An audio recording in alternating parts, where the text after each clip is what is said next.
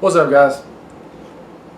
Mentioned to y'all before that I was thinking about having Matt Bracken come back and us start talking about some stuff. So here we are. A lot of you wanted to hear that.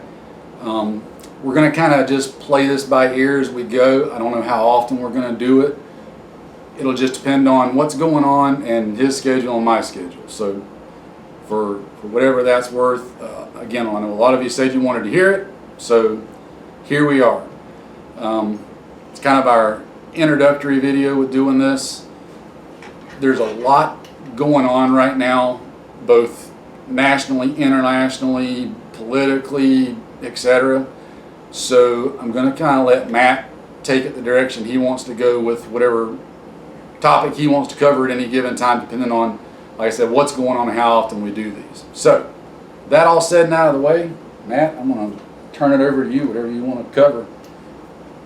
It's all yours. Thanks. Yeah, it's September the 10th, day before September 11th, obviously, almost 2 decades ago. This morning I watched a little bit on the dedication of a new tower at the Skanksville, Pennsylvania crash site of Flight 93, and it was really an excellent episode. However, they never once mentioned the words Islam, Muslim, Saudi Arabia, Al-Qaeda, Osama bin Laden, nothing. It was like just a disaster had happened. And what I want to do is, if you see this before tomorrow, keep an eye out for the coverage of 9/11. Are they going to continue scrubbing and sanitizing it for political correctness? And that's one of the main subjects that I want to talk about today is political correctness. Because people still think of it sort of as a joke or a nuisance. But political correctness is really a very, very serious, damaging, dangerous thing.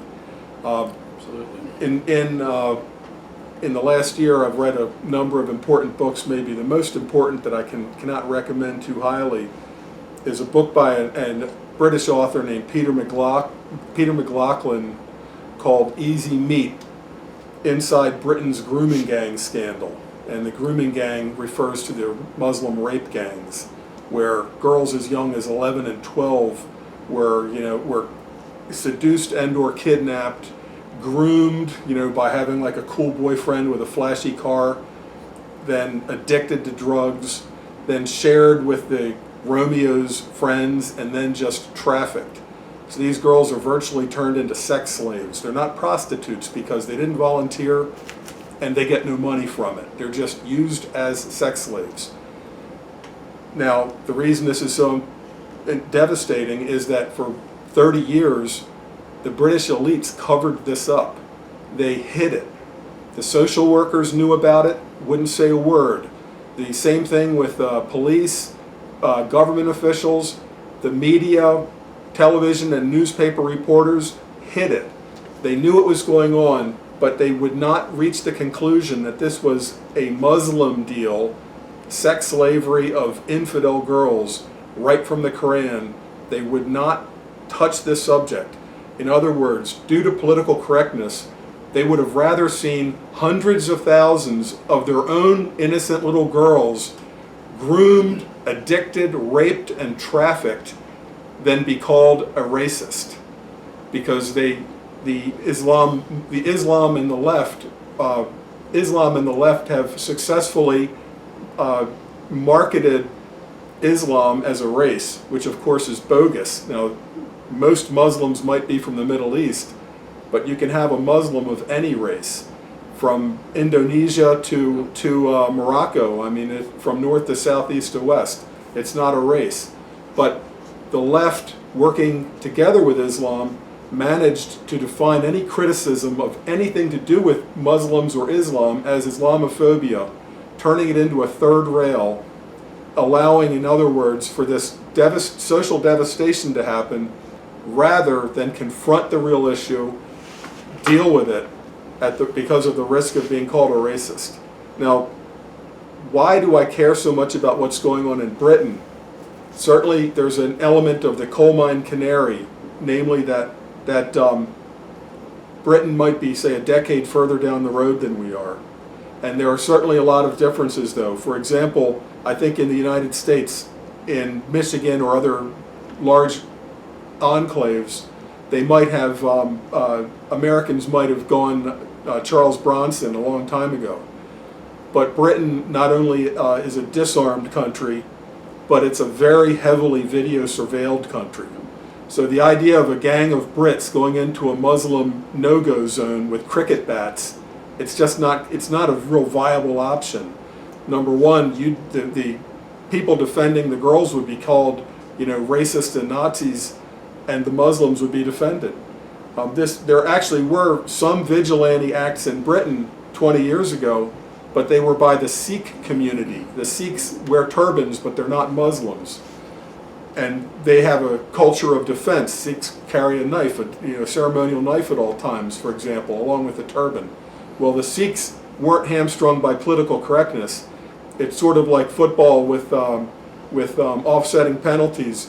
This was offsetting minorities. The Sikhs couldn't be attacked as racists because they're not white. So Sikhs doing Charles Bronson or vigilante acts against Muslim rape gangs, it passed and wasn't condemned, but Brits could never get away with that. Now, along with pointing out just the fact that Britain's current story is potentially our future story, there's another element to political correctness that I want to talk about that's particular to the United States. And I could come up with a lot more examples, but the two most glaring examples of how destructive political correctness is, two of our very best Burke-class Navy destroyers were rammed by tankers. I mean, this is like a Ferrari in the middle of the Bonneville Salt Flats, being rammed by a Volkswagen van. I mean, it's unbelievable that this could happen. A vehicle that's a ship that's 3 times as fast and 3 times as maneuverable, both on acceleration and deceleration. 2 of them in the same year could be rammed, T-boned by tankers. It's directly the result of political correctness. The people in charge of maneuvering both of those ships were incompetent. But this goes to show, like in Britain, where they would sacrifice their girls for political correctness, our military today has sacrificed training and readiness for political correctness.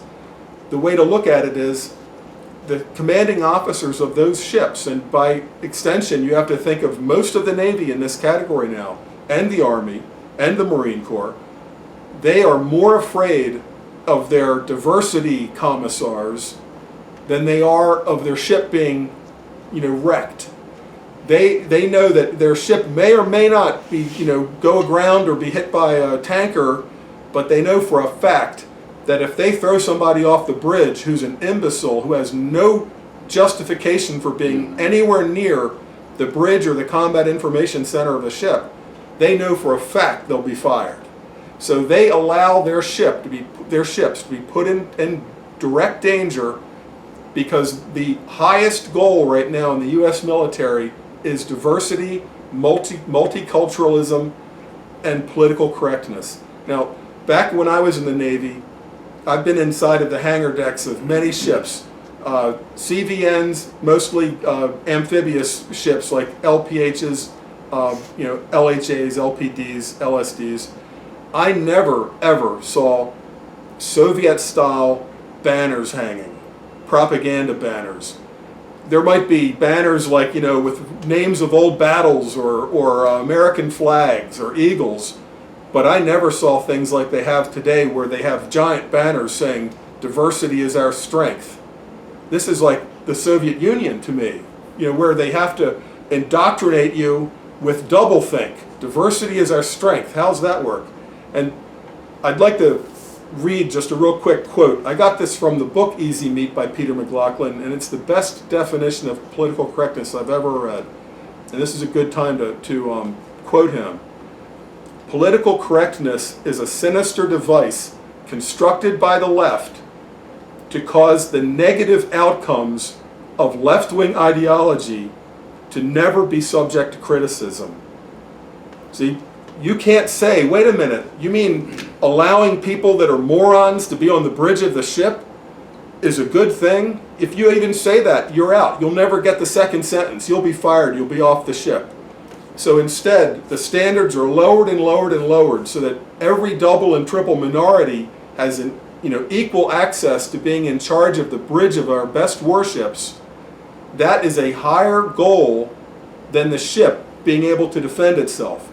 And I'll just like to mention, the mission of those ships is going to involve steering through salvos of hypersonic missiles incoming from Chinese land, air, and sea platforms.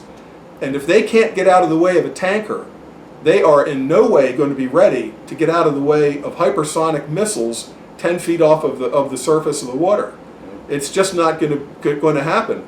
But our military is so hamstrung by political correctness. Another way we see it is the military rolled over for homosexuals in the military, open, out, married in the chapel. They also then rolled over for transsexuals. Well, this is so destructive of the order and discipline of a military that it's almost indescribable. This forces our military into a 1984 doublethink mentality, where you are ordered to look at the emperor with no clothes and praise his golden robe that's not there. You are forced to. So if your commanding officer decides on Friday to come in dressed in a woman's uniform, but he wants to be called she, and on Monday she wants to go back, you just have to switch your mind and go along with it.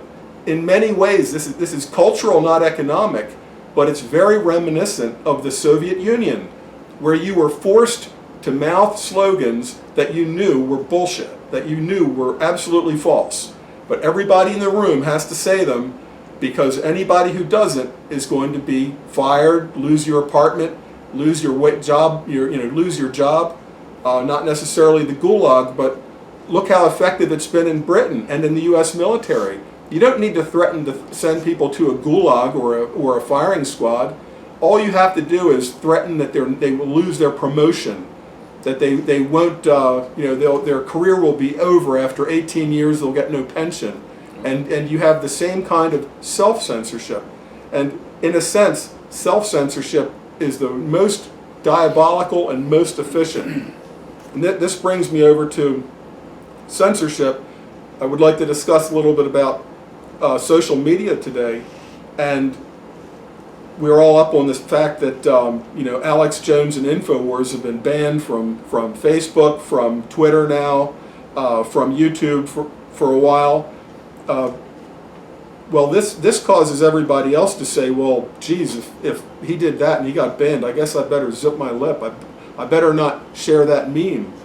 Well, let me tell you, it's time to abandon these leftist-dominated social media platforms. I'm now primarily on gab.ai, and I have it set up so that it reposts to Twitter. It's very, it's interesting to note that when you go to even conservative websites like Town Hall or Gateway Pundit or Breitbart, there will be an easy, convenient link button where you can share it on Facebook or Twitter. They won't allow it for Gab. So they're trying to build a quarantine wall around Gab. You have to actually copy and paste a URL and drop it into Gab, which takes all of 3 seconds. And if you're such a sunshine patriot that 3 seconds to copy a URL is too much effort for you, then what can I say? I mean, we've already lost if that's the case. But if you use Gab as your primary, you can check the box that says share it to Twitter. And Gab actually has a longer number of characters that you can use, or you can get into a little bit more detail. Now a downside of Gab is that it's sort of a double-edged sword. It's the good and the bad together. It's a free speech zone. That means a lot of real, creeps, morons, and jerks can go there and do trollish behavior or post, vile, extremely, Nazi-level anti-Semitic stuff.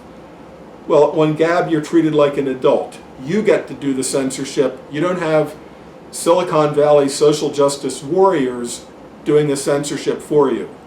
You just mute people. You see somebody post something that is highly offensive, or disgusting or trying to be shocking, let's face it, there's a lot of trolls out there. You mute them, you never see them again. So it's a completely viable platform. It's as good as Twitter, but it's a free speech zone. If you want to, go as far out on the right wing as you want, it's no problem. Nobody's going to be throttling you or shadow banning you. At least not for now. At least not for now. Now the thing to be aware of is all of the app stores, Microsoft and Apple, their Android, they're all trying to put a fence around Gab and describe it as like a hate zone. The left basically doesn't want to discuss or debate. The left just wants to shut down debate, and anything that doesn't fit into their own matrix, they want to exclude as hate speech. You can believe anything you want as long as they agree with it. Right, or you might think you're actually posting it, but what they're doing is they're turning the volume down on you. You think there's a 50,000 watt antenna outside the radio station, but between the microphone and the radio station, there's a little closet full of secret engineers that just turned your volume way down. So you do get. I have more than 10,000 followers on Twitter, Matt Bracken 48, but I'll be lucky to get 3 or 4 retweets, on stuff that should be red meat for conservatives and gunnies and preppers. I'm lucky to get 3 or 4 retweets. So they've just dialed me down as a bad comrade, but that's the breaks, and that's why I'm primarily on Gab these days. In fact, somebody on I saw it on Twitter, posted on Gab. Somebody sent me a YouTube yesterday, a couple days old, and it was talking about the Great Replacement, this slow motion, politically correct, long-term genocide program, as far as I'm concerned, where we're being replaced with people that are, there's no way around it. They come from countries where the average IQ is very low, and the end result of this is going to be a population that will never vote for conservatives, because let's face it, if you've got an IQ of 75, the government's going to have to take care of you. The Democrats love that. In Europe, the socialists love it, because every time they bring in somebody with a very low IQ, that is a guaranteed vote, and it's a person that will require lots of government social workers to take care of them. So this video was posted I saw it yesterday. I went back to YouTube today. I was going to give the name of it on the air today to recommend this video, and it was gone. The YouTube page just had a black page with an exclamation point, like just gone. That long. Sounds about right. That long. So it had like 200 views yesterday, and today it's disappeared. Well, since YouTube is going that route, the alternative for YouTube is something called BitChute. There are some others, but I think the most viable is BIT, then shoot, like parachute, SH, or excuse me, CHUTE. So support these alternative social media platforms. Don't self-censor yourself on these great glossy platforms that are left-wing, that hate us, that throttle and shadow ban us. Get on Gab, go use BitChute, upload to BitChute instead of YouTube, so you won't have to self-censor as much. You can say what you really think.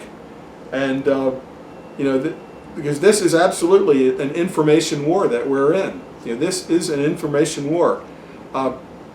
Right now, we've got less than 2 months until the November midterm elections, and I think that the left in particular, it's holding its fire. The deep state is hoping that the Democrats take Congress. If the Democrats win Congress, then the deep state wins, essentially, because all of the hearings that are examining Spygate are going to be shut down and flipped 180. Because you have to understand an effective sort of political leverage in Congress. Even if you have just a few more congressmen that are in the Republican category, doesn't matter if they're rhinos, if they're squishes. If you have a majority in Congress, then the control of the committees is determined by whoever has the majority overall in Congress. So the Intelligence Committee will be, like 7 Republicans and 6 Democrats, run by a Republican. If we lose Congress by 1 vote, all of those committees will switch. And instead of Devin Nunes and Matt Gaetz and Jim Jordan, going after the Mueller and Comey and McCabe and Strzok, it's going to flip. So even if you have to hold your nose and vote for a rhino, it's critical that you do so. Otherwise, you're cutting the legs out of the heroes in the Freedom Caucus in Congress. Who will fight. We do have some fighters there. So the 20 or so members of the Freedom Caucus are on all of these committees. They punch way above their weight limit. They are leveraged very, very, very smartly. These guys, Mark Meadows, Jim Jordan, Devin Nunes, they are the only fighters and tigers we have in Congress. But if we lose control of Congress by 1 vote, it's over. Schiff will be in charge of the Intel Committee. It's going to completely flip. Trump will probably wind up being impeached. Now that might or might not result in a civil war, but I would prefer to keep Trump in office and give him a 2nd term. I mean, let's get the wall built. If it's ever going to be built, it's never going to be built if we lose Congress. That's the game plan, is to just keep flooding the country with future government dependence. That's the game plan. And without Trump, without a Republican Congress, that game plan is going to be victorious, and we're going to lose. And our children and grandchildren are going to be dispossessed in their own country. These are very critical times that we're in. Just to touch on that too, guys, as much as I personally hate having to do it, there are times when you have to hold your nose and, like you said, vote for somebody that you don't necessarily like, but with a bigger goal and purpose in mind. I mean, we've got a situation right here where we're at of Scott running against Bill Nelson. Well, as far as I'm concerned, Bill Nelson has got to go, but I'm not a big fan of Rick Scott from some of the stuff that he's done. However, the bigger picture to me is maintaining the Republican and conservative control of Congress, so I'll probably have to vote for Rick Scott to try to get rid of Bill Nelson and get him out. Doesn't mean I'm a fan of Rick Scott and some of the stuff he's done. It just means I've got a bigger goal. I'm looking at a bigger picture when I'm doing it, and sometimes that's what you got to do, because it's easy to get hung up on, I like to vote my principles as much as the next guy, but sometimes my principles have to look at a larger picture than just the micro. Yeah, you have micro to, issues. this November midterm election, you have to look at it as Trump's first re-election. If we lose, he's not going to be around in 2020. I guarantee you. Yeah. If they don't succeed in throwing him out, either through the 25th Amendment or impeachment, he'll be so hamstrung. He'll be tied down and crippled. They'll make you a lame duck. He'll be a lame duck, and it's very critical that we keep guys like Devin Nunes and Jim Jordan in there fighting. And if we lose Congress, those guys are just silent backbenchers with no power, 0 power. So in the interim, though, between now and the midterms, there are a couple of big events coming into play. One is, I think that Judge Kavanaugh is going to become Justice Kavanaugh, and this is causing the left to absolutely go out of their minds. Because this is not hyperbole. When they call us Nazis and racists, this is not hyperbole. They're not just like winking at each other like, look how this pisses off conservatives. They are so brainwashed. Remember, for the last 20, 30 years, colleges have been cranking out little social justice warriors. They totally believe this. And between now and the midterms, the other thing that's going to kick in, at some point, Trump, the master reality show man, is going to declassify the FISA warrants and other classified documents that the congressional committees have already seen. They know what's going to happen when it's all released. They have seen them unredacted. That's why the Jim Jordans and the Devin Nuneses, they all want these documents declassified. So I think that it's just a question of Trump, who's a master at this, working the show for the best timing. You know, timing is key in this kind of a thing. When in the process do you do it? Like on the other side, the left just fired their shot with the Bob Woodward book, followed up with the anonymous op-ed. This is a war going on, and we're only seeing the tip of the iceberg above the water. But you have to extrapolate the rest of the iceberg that battle that's happening right now. But one thing I can tell you for sure, if we lose the midterm elections, then we're going to completely see a flip on all of these committees, and Trump will be tied down as a lame duck. If we win, if the documents are declassified, Kavanaugh is on the Supreme Court, then we're going to see an escalation to an entire other level. The left-wing lunatic named James Hodgkinson was Bernie Sanders' volunteer. He pre-planned, he bought an SKS rifle, wasn't much good with it, took some shots in the trees, could barely reload it. He drove a van, bought a van, drove it to Washington, did his target analysis from the pages of the New York Times, which had located the place where the GOP did their softball practice or their baseball practice, and he lived in his van and washed up at a YMCA near that softball field waiting for his opportunity. Totally premeditated. I guarantee you there are 100 James Hodgkinsons today who are saying, I'm going to hold my fire if the Democrats win Congress. But if the Nazis win, if the Supreme Court is run by white racist Nazis, and there's a white racist Nazi named Trump in the White House, then we're going to go kinetic. We're going to go ballistic. I just saw there was a guy at UNC, a professor at UNC. He was arrested for assault when they pulled down the bronze statue of Silent Sam, who was just like the unknown Confederate soldier, not a glorification of the Southern cause, anything like that, just a recognition that there were a lot of North Carolinians died in that war. And this professor, there I saw a picture of him wearing like a red scarf. He's the head of what they call Redneck Revolt. So, and he had like an AR-15 or an equivalent type of a rifle. These guys are out there, folks, and I think that they're only holding their fire until the results of the midterm. They'll give it more time if they feel that they can continue this push towards leftism within the system. They will, but for sure, if Republicans hold Congress, if Kavanaugh is on the Supreme Court, there are tens of thousands of radical leftists who are going to see this as their moment when there is no more chance of doing it through the system. Zero. And at that point, they're going to start shooting and bombing.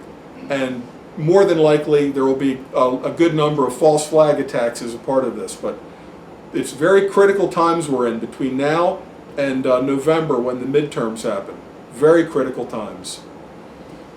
So with that stuff that I've all been concerned about as well, exactly what Matt just said, you've got to stay up on everything. And sometimes it gets overlooked. We touch on all the tangible stuff, being ready for events to happen with, food and water and ammo and defense and training and all that. But going back to stuff Matt said earlier, the knowledge side of it is, you can't stress that enough. You've got to know what's going on. You've got to pay attention to what's going on. The information is just as important and valuable as anything else, which is why even in the military, intelligence is such a big deal. You've got to know what the enemy's thinking, what they're doing, what the threats are, where and how they may hit, when they may hit, and all that. So coming up to the elections is going to be a fairly important time, because I agree. I think they may feel like if things don't go their way, that they're their last straw, and to work through the system, right, to work through the political system. And there's enough nut jobs out there that will do what nut jobs do, which none of it ends well. Right. And it's important to understand that leftism, by any name, collectivism, communism, socialism, progressivism, it's a cult that is beyond rational thought. It's beyond objective reality. It's a system of belief where you have to just defer your own judgment and believe in, the laws of the cult, period. So it's very similar to Islam in that regard. You can't win a debate with a communist, with a collectivist, because they have a belief system. It would be like trying to argue a Christian out of believing in the divinity of Jesus Christ. If you had an argument with a Christian to say it's impossible, if you hung him on the cross, he's definitely dead, he's in the ground, there's no resurrection, you're not going to win that debate, because it's a belief system. It's an encompassing belief system. It's that way with Islam and with collectivism. You are never going to be able to say, but every communist society has failed. Every time it leads to genocide and starvation.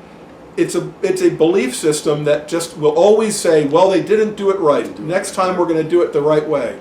Or they may actually believe, hey, if we have to kill a few million conservatives, that's fine, because the ends justify the means, and trenches filled with bodies is a small price to pay to get rid of those, the bitter clingers, which would be us. So don't waste your time trying to argue or debate with leftists. The only way that you can eventually win with a leftist, sometimes they leave it.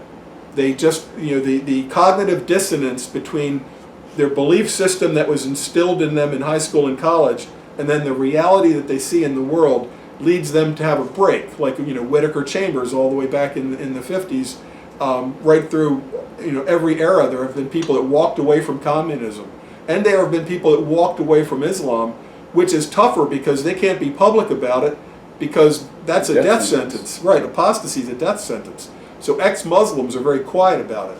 But you're never going to bring a communist over with debating points. But that doesn't mean you just lay down. They now call us, anybody who's not a communist today, and especially if they're a white male, straight white male, is automatically a racist Nazi. Well, I say just take the gloves off, and this is why I'm really glad Trump is president instead of some, Lord Fauntleroy, Rupert Milquetoast like Mitt Romney. He wasn't a fighter. Trump at least is a fighter. When they call us racists, call them communist baby killers. Why do you support murdering babies? Just say it. Put it out there at every chance. Why are you a communist? Communists murdered 100 million people in the 20th century. Why do you want to do that again? And they'll say, well, I'm a socialist, not a communist. Just say, same thing. Same thing. Socialist, communist, collectivist. You murdered 100 million people. Why do you want to murder us? Don't fight, don't be the Alinsky rules sucker that always goes back to your own polite form of debate. They want to throw charges at us, throw the charges right back at them. Don't fight fair, don't fight, according to the Marquis de Queensberry rules when you're in a street fight. When you're going to get, dirt thrown in your eyes and the referee's on the other guy's side, he's going to hit you from behind. Know what we're in for. This is a street fight. This isn't a debating society. That's why I'm so glad to see the Never Trump rhinos, the Bill Kristols, the Frums, all of those guys. I'm glad to see them walking away. We don't need them. They're not fighters. They just wanted to be on the TV panel as the polite House conservative. Get rid of them. We need fighters. We don't need any more rhinos. But that said, come November, hold your nose, vote for the rhino, because we have to control the numbers in Congress to control the committees. A lot of the rhinos, I think, will self-terminate down the road. It's more important to keep the control of the House and Senate right now, and then deal with the rhinos separately later on. But I don't feel any need to be, to beg them to come back aboard at all. Oh, no, absolutely not. And going back to what you said earlier, drop the political correctness. That's something that conservatives, and I say conservatives because there are a lot of people that are conservative, they're not Republican, But conservatives have always been the ones to try to be polite, and we've been too PC.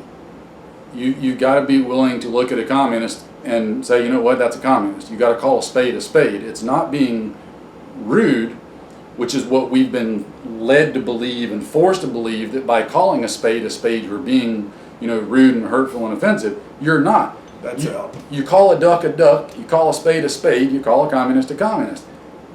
They call us. It is what it is. They call us white racist Nazis day in and day out, nonstop. When we call them a communist, and they say, "Oh no, I'm a democratic socialist," don't get in that debate. Say, "Yeah, that's a communist." Yes, like I said, that's a euphemism for, that's a politically acceptable euphemism for communist, and then go right back to, you communists murdered 100 million people the last century. Why do you want to murder conservatives? And why are you killing babies? Why do you support partial birth abortion? Infanticide. It's a way of going on attack and making them defend themselves instead of the other way around. Exactly. We've got to get off of defense. And we can get into the whole political side of it for the next 10 hours and not even scratch the surface of where we need to go with it. So that all said, because I know we're kind of dragging on time-wise. Well, anything else you want to do? I'd like to just mention Syria right now. Yeah, it's Sunday, and Syria appears to be on the verge of going hot again, with the American side and the Russian side posturing with firepower demonstrations. And the Iranian side and the Turkish side. Right. It's a nightmare of a soup. There's a lot of potential for things going off the rails. For the deep state, one other way, let's say that the analysis of high-ranking deep state actors is that the Republicans, in spite of all these bogus polls, like the polls that had Hillary up double digits a week before the election, we know how that went. If the real internal polls are showing that the Republicans hold Congress, that Kavanaugh's elected, or Kavanaugh is confirmed, and the deep state FISA warrant and everything is going to be declassified, then there might be actors that say, you know what, let Syria blow up. That's going to be just an overturn the table and have a new fight break out in Syria. We have seen already in Syria in the last couple of years generals who are all politicians. All generals are politicians. Let's face it. They're all confirmed by the Senate, and there have been instances early in Trump's term when he was indicating that we were going to withdraw from Syria, and generals without his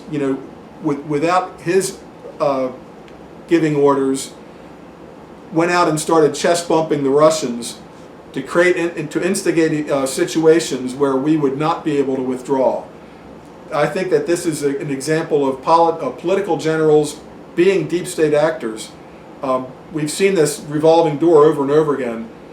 Generals are told by corporations, look, and the corporations are controlled by deep state politics. It's all enmeshed. So the general is told, look, we can't get out of Syria, and by the way, it looks like that job you're going to get next year when you retire is going to pay an easy $2 million a year.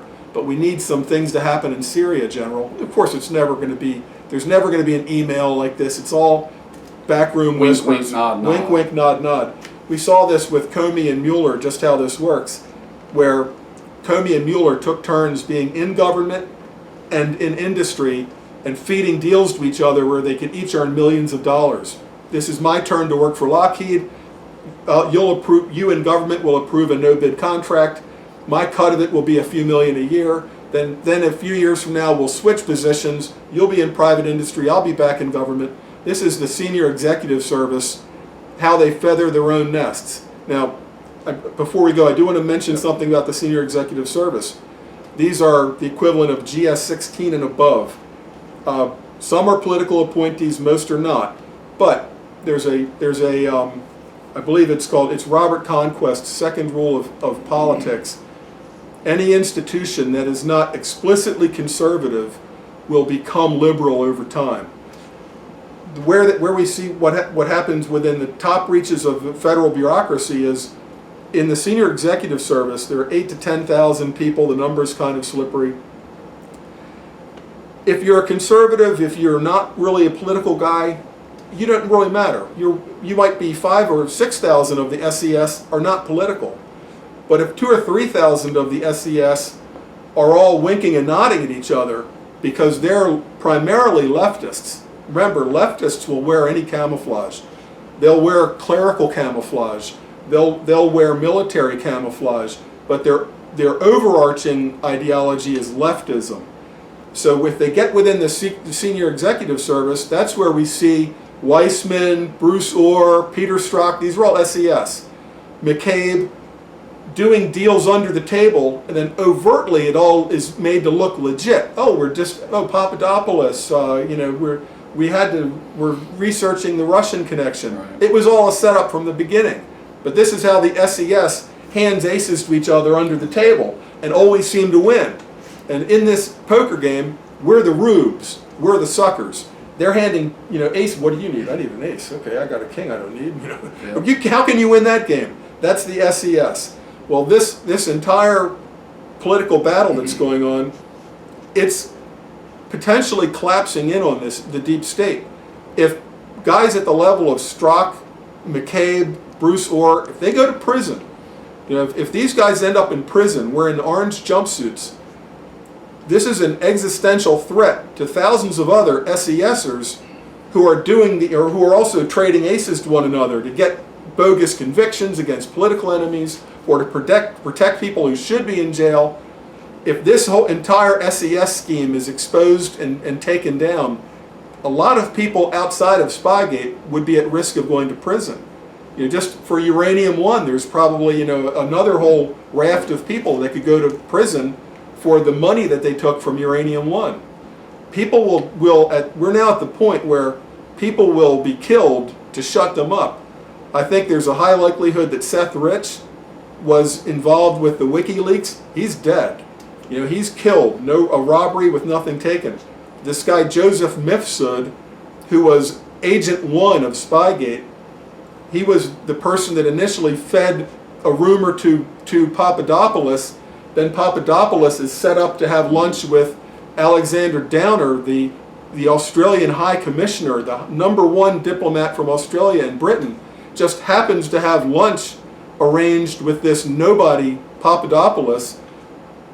Downer pumps him for information about the Russians so that he can regurgitate the rumor from Mifsud, all so that they can have an excuse for lighting the candle on Spygate, when the whole thing was a setup weeks and months before that.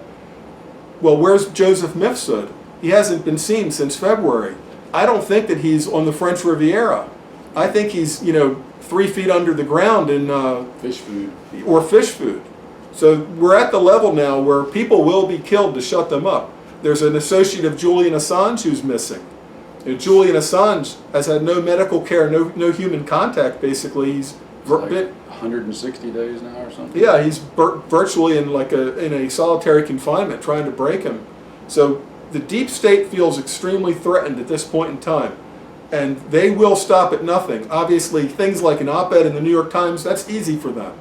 This is all; those are simple plays for them. But underneath, they will threaten, they will bury people, they will take people out. They have no doubt about it. And if the Republic, this is in this waiting period before the midterm election. If the Republicans hold Congress, then I think that we're going to see kinetic events happening, serious kinetic events, similar to, say, Argentina in the 1970s with targeted assassinations, mail bombs, things like that, poisonings. We're going to see that burgeoning after the midterms, and I don't see any other way out of it. We better hold Congress, but if and when we do, we'll have to expect the left to take this kinetic. Don't forget, guys, when it comes to like the SES and stuff, Matt said a lot of this stuff's been going on for a long time. The previous occupier of the White House had 8 years to move chess pieces around and put people in places where he wanted them, all the way from the top, all the way down to simple people as secretaries here and there that get to handle and move around paperwork. Who are essentially agents in place. Right. They are loyal to Clinton and Obama and the goals of leftism, They are not loyal to our Constitution. They are not loyal to the United States of America. Thanks to the Second Amendment, they can't just take power and load us onto boxcars, because they would if they could. In a heartbeat. But because of the Second Amendment, they know that if they tried that, we would shoot them. Sometimes communists go off half-cocked or too early, and they're wiped out. It happened in Indonesia. It happened in Finland. It's happened in history a few times, and I mean, they're just wiped out. So they kind of have to be careful. But because of the Second Amendment, they can't do that. But because of the First Amendment, we are free to call them, lying traitors who don't believe in the United States of America. That's why they want to flood this country with low IQ people from the third world who are guaranteed Democrat wards of the state for life, forever. That's why they're doing this. They're not loyal to America. They're loyal to a one world vision under communism. Whatever the euphemism of the era is, what their goal is a one world government where they'll be the elites ruling the ruins. That their trip to their power route is to put themselves in top of a country, even if it turns into Venezuela. It doesn't matter.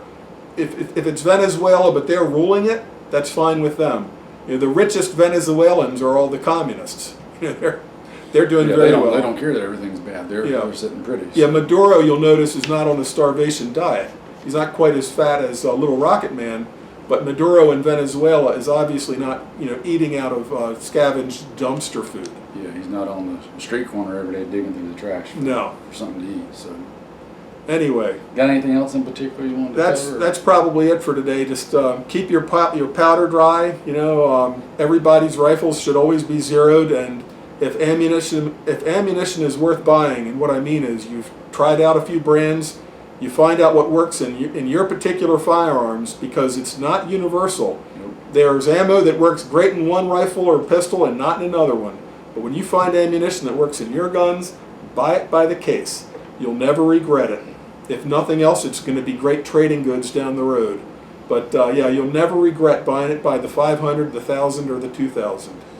There's a reason why throughout history the 3 Bs have always been staples when you get the beans, the bullets, and the Band-Aids. And another thing is, I have some essays. They're floating around the internet, or they're in Kindle as the Bracken anthology. One is called Night Fighting 101. Any time that you spend out at night is time in your favor, because 99% of your fellow countrymen are glued to some kind of a screen during the hours of darkness, or they're sound asleep. If you're out creeping around learning your area of operations, you're way ahead of the game.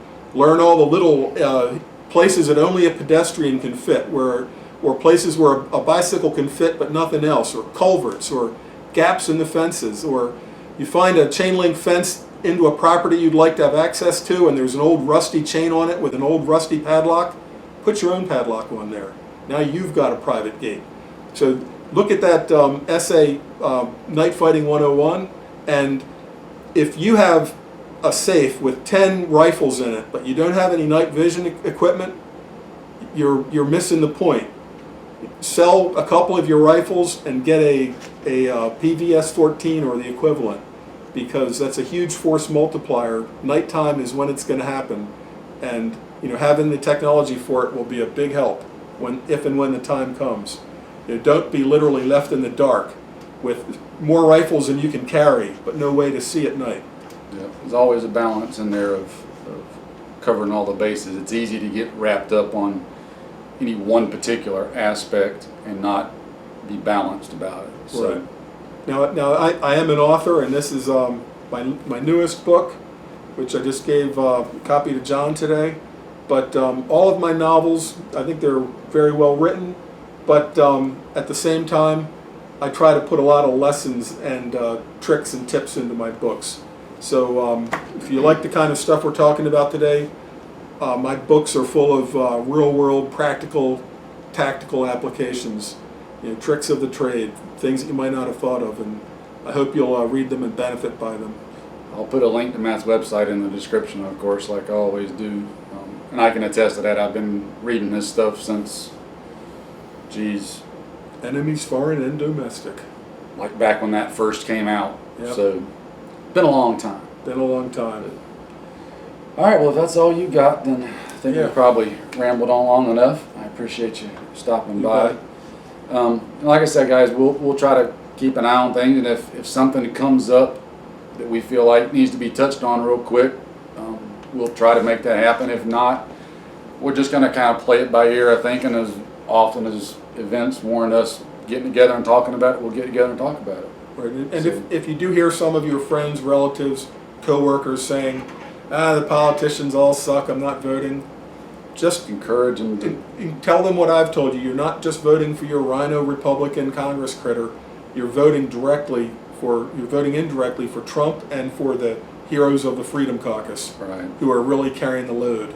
There's a lot more to it than just that. So, all right. Okay. Well, you guys take care, stay safe, and I forgot to tell you at the onset to make sure you grabbed your cup of coffee. So I know it's a little late now to tell you that, but most of you have been watching my videos long enough to know by now that you should be doing that without me telling you that. So you'll know for next time if nothing else. Take care, guys. Stay safe and keep your eyes peeled on things, and we'll see you in another one.